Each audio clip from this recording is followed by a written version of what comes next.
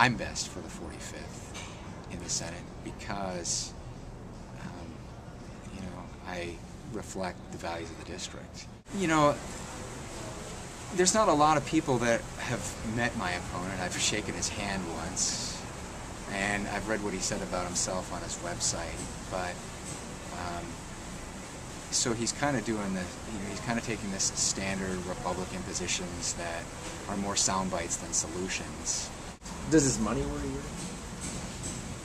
you? You know, money is important in a campaign, and the Republican Party has shown a strong willingness to come in and help him raise money.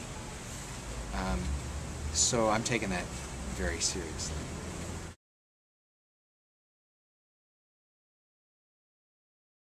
You really wanted to get that TransAlta exemption removed. I thought you might ask about that. And it didn't happen. I mean, what went wrong? You know, from the beginning of session, we talked about that bill, and there were a lot of folks that didn't even want to run it.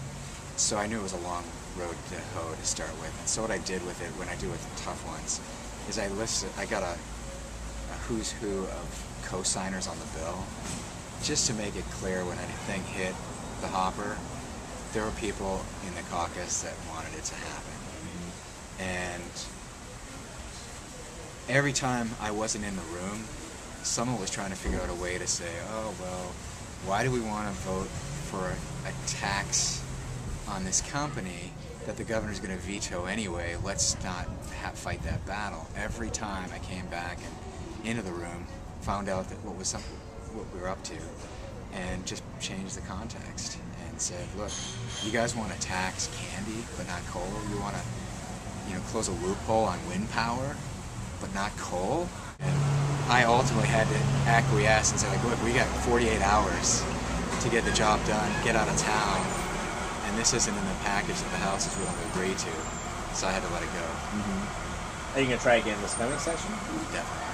What do you think about the tax package that the legislature decided to go with this last session?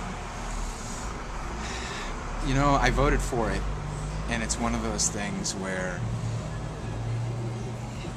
you're strongly reminded that legislation through a committee is a team sport, and you don't get the best solutions, you get the consensus solutions. There's a lot of compromise in there that you know, if I were writing that bill, it would look a lot different. I had to take a lot of hard votes. So I take heat for things I voted to cut that we didn't cut. I take votes for things that I voted to cut that we did cut. And I also take hits for the revenue that we raised. You don't do meaningful reform without bringing teachers along. So we did a bill, I wrote the language of 2261.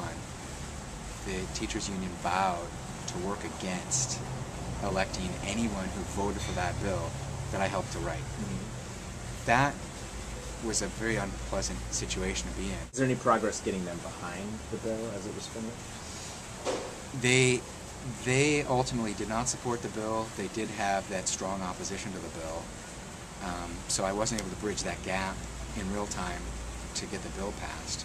But now that the bill has been passed, now that we've created the work groups and we've started those reforms, the teachers are participating very vigorously in all the work groups, adding value, and I think taking away the value and saying, hey, yeah, this actually did make sense. We were afraid of it because it was change, but now that we see that it's well-informed change, we support it.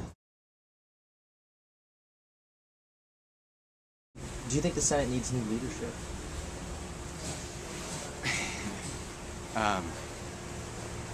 You know, yes and no. You know, the Senate has changed and it's evolved a little bit, and we're seeing some other older members that are outgoing, Senator Fairley, Senator Franklin, Senator Jacobson. So we're seeing a renewal there as well. And I think that's good. I think that's good to see the next generation of leaders coming in and taking over that. And you think think that's going to happen this coming session? You think that the leadership of the last session is going to be deposed? I don't say deposed. I think renewed. I mean, Senator Franklin was in leadership. She's gone, and I think some of the other seats will move around as well. What about Brown? You know, Brown is probably, she will be there, and I think she will continue in a leadership role, and I actually think that's a good thing. I think there are people that are unhappy because she doesn't play political football on partisan issues. But again, I don't think we want that in the leader of the Senate. What you want is someone who's looking out for the people and reaching across the aisle.